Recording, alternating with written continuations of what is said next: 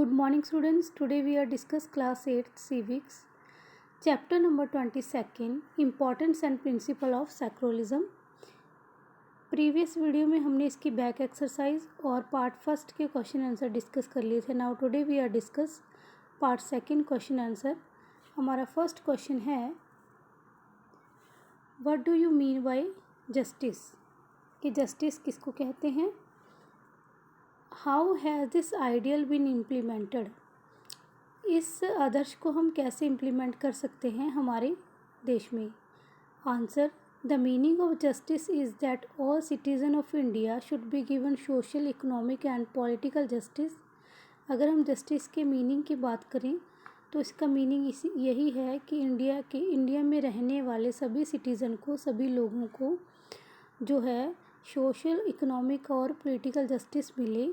That is why it is necessary that everyone should be given equal opportunity. तो इसके लिए ये ज़रूरी हो जाता है, ये नेसेसरी हो जाता है कि सबको जो है इक्वल अपॉर्चुनिटी प्रोवाइड हो, तभी जाके उनको सभी तरीके से जस्टिस मिल सकेगा. So to achieve this aim according to the third schedule of constitution, इसी जो है एम को अचीव करने के लिए शेड्यूल में थर्ड शेड्यूल दिया गया है हमारे कॉन्स्टिट्यूशन में, जिसमें कहा गया है कि discrimination on the basis of religion, race, colour etcetera is prohibited.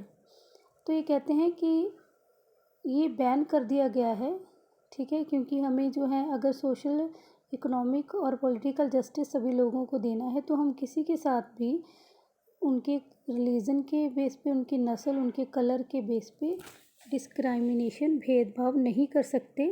ये बैन है हमारे इंडिया में. This equality is the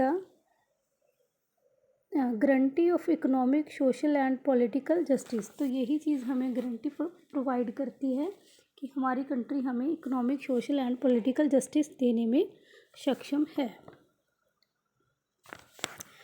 person will be punished who will try to break the relative laws.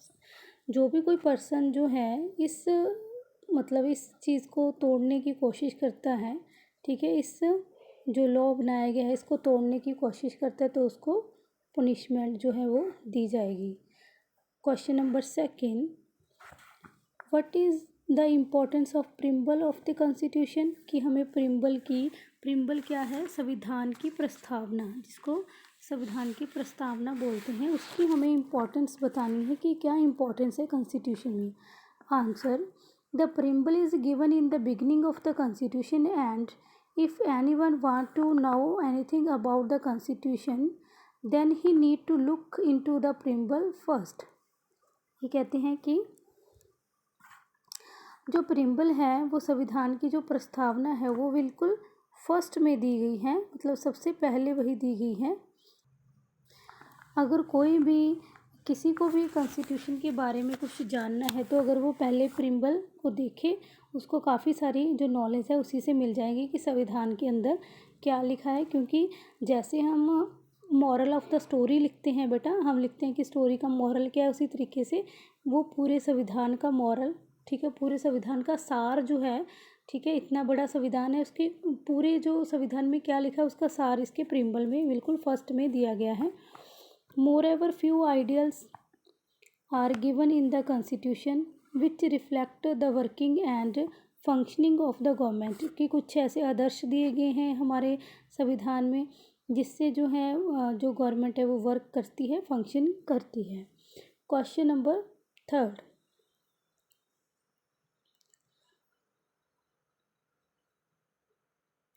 Question number third में ये कहते हैं what is meant by national unity and integration, कि national unity, ठीक है, हम इसको कह सकते हैं, नेशनल यूनिटी का मतलब होता है राष्ट्रीय एकता, और अखंडता से क्या मतलब है ये हमें बताना है इसमें.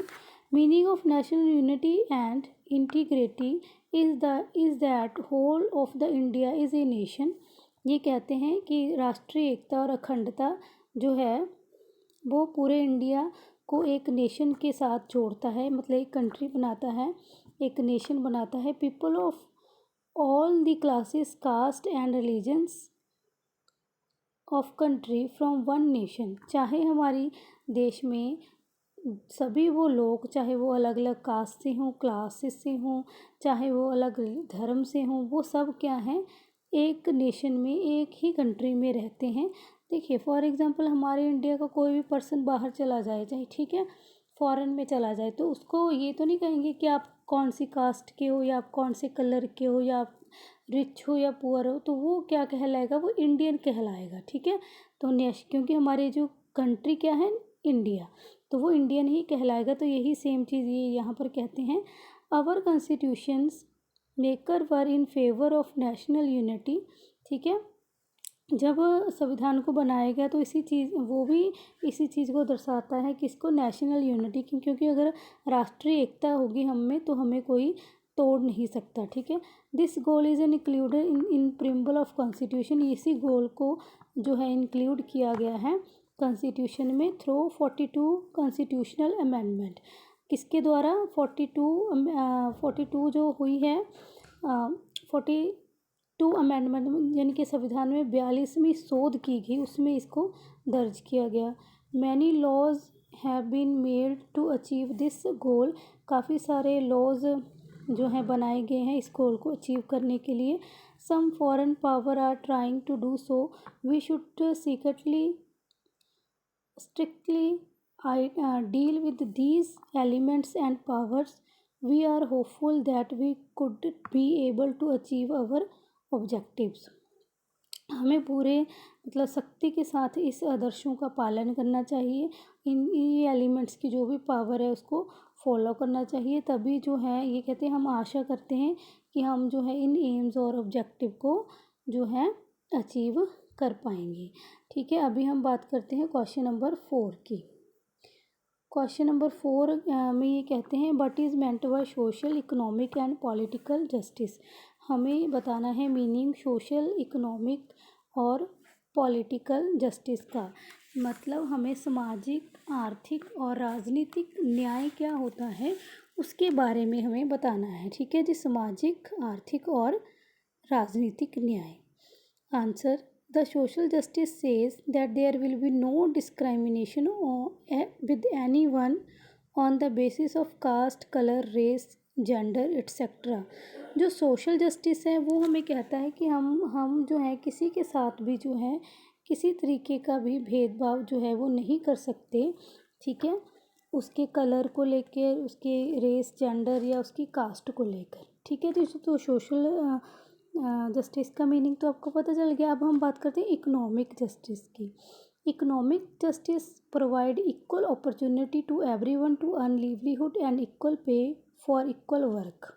ये कहते हैं कि जो इकोनॉमिक जस्टिस है ये हमें प्रोवाइड करवाता है इक्वल अपॉर्चुनिटी, कि सबको इक्वल अपॉर्चुनिटी मिले। ठीक है, ताकि वो अपने जीवन को जीने के लिए मनी को अर्न कर सकें और इक्वली जो है वर्क कर सकें। नंबर 3 पे हमें दिया गया है political justice. Political justice provide many political rights to all citizen like.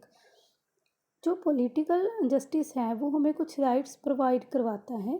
ठीक है, सभी सिटीज़न को कुछ राइट देता है। कौन सी, जैसे राइट टू वोट का, वोट डालने का, खुद इलेक्शंस को लड़ने का। ठीक है, right to hold public officers, मतलब कुछ ऑफिस को हम खुद अपनी कैपेबिलिटी के हिसाब से हम कोई भी जॉब कर सकते हैं। Right to from political parties, किसी भी पार्टी को हम ज्वाइन कर सकते हैं, छोड़ सकते हैं। Right to criticise government etcetera, हम गवर्नमेंट के किए गए कामों को भी क्रिटिसाइज जो हैं वो कर सकते हैं, क्रिटिसाइज़ करना। ठीक है, एट्सेट्रा, और भी काफ़ी सारे हमें जो है जस्टिस मिलते हैं। In this way every type of justice is provide to all the citizen of country. तो जो सभी तरीके के जो जस्टिस हैं, ठीक है, ये हमें क्या प्रोवाइड करते हैं, ये हमें ही नहीं सभी सिटीज़न को प्रोवाइड किए गए हैं। ठीक है बेटा, तो इसी के साथ जो है हमारी ये जो चैप्टर हैं ये पूरा फुल कंप्लीट होता है। इसकी हमने बैक एक्सरसाइज भी कर ली, पूरा चैप्टर भी हमने डिस्कस कर लिया, क्वेश्चन आंसर भी दोनों पार्ट्स के हमने डिस्कस कर लिए। तो आपको अच्छे से इन क्वेश्चनों को रिवाइज करना है। Thank you so much.